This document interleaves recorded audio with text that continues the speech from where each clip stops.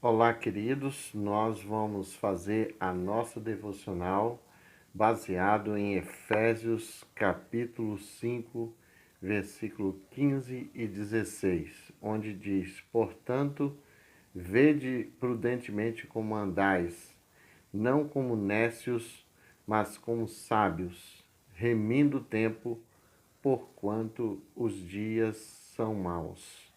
Eu queria fazer uma reflexão baseada nesse texto com o tema Remindo do Tempo nos Dias Maus. De fato, vivemos dias maus. Vivemos tempos de pandemia e tempos que nos revelam cada dia mais as dificuldades que temos passado do ponto de vista econômico, social, político. E eu diria que vivemos dias maus do ponto de vista moral. Vivemos tempos de relativismo ético, onde o mal é chamado de bem e onde o bem é chamado de mal. Já dizia o profeta Isaías lá em Isaías 5:20. Vivemos também dias difíceis ou dias maus do ponto de vista econômico. Vivemos tempos de desemprego, fome, inflação e carestia. Vivemos tempos também difíceis do ponto de vista político. As autoridades não se entendem.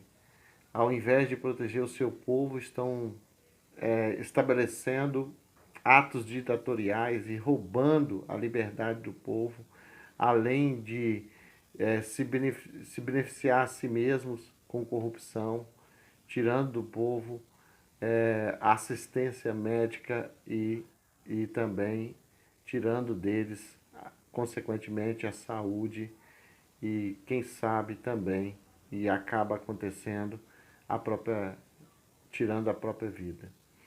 Vivemos também tempos difíceis do ponto de vista sanitário, né? Muita gente tem morrido e os deixando cada um de nós cada vez mais carentes, né? Temos perdido parentes, amigos, familiares. Infelizmente temos visto e vivido tempos muito difíceis. Além disso, temos vivido dias maus do ponto de vista espiritual. Né? Pessoas têm se desanimado, com medo, síndrome do pânico, depressão, e muitas delas têm se afastado cada vez mais do Senhor. Diante desse quadro, Paulo nos recomenda remir o tempo. A princípio, remir o tempo daria a ideia de uma otimização do nosso tempo, uma eficiência na nossa agenda. Mas eu creio que Paulo vai muito além disso. E ele nos ensina a remir o tempo, não só no sentido de otimizar o nosso tempo, de melhorar a nossa agenda, mas eu creio que ele aponta e acena para algumas coisas que a própria Bíblia já nos orienta. Eu entendo que resgatar o tempo ou remir o tempo significa aprender a passar, aprender com o passar do tempo. Tem gente que envelhece, mas não amadurece. Envelhecer é inevitável, amadurecer é uma escolha. Já nos dizia o salmista no Salmo 90, versículo 12: Ensina-nos a contar os nossos dias ou avaliar os nossos dias de tal maneira que alcancemos corações sábios. Não basta passar o tempo, não basta envelhecer, é preciso amadurecer. E, para tanto, é necessário avaliar a nossa própria vida.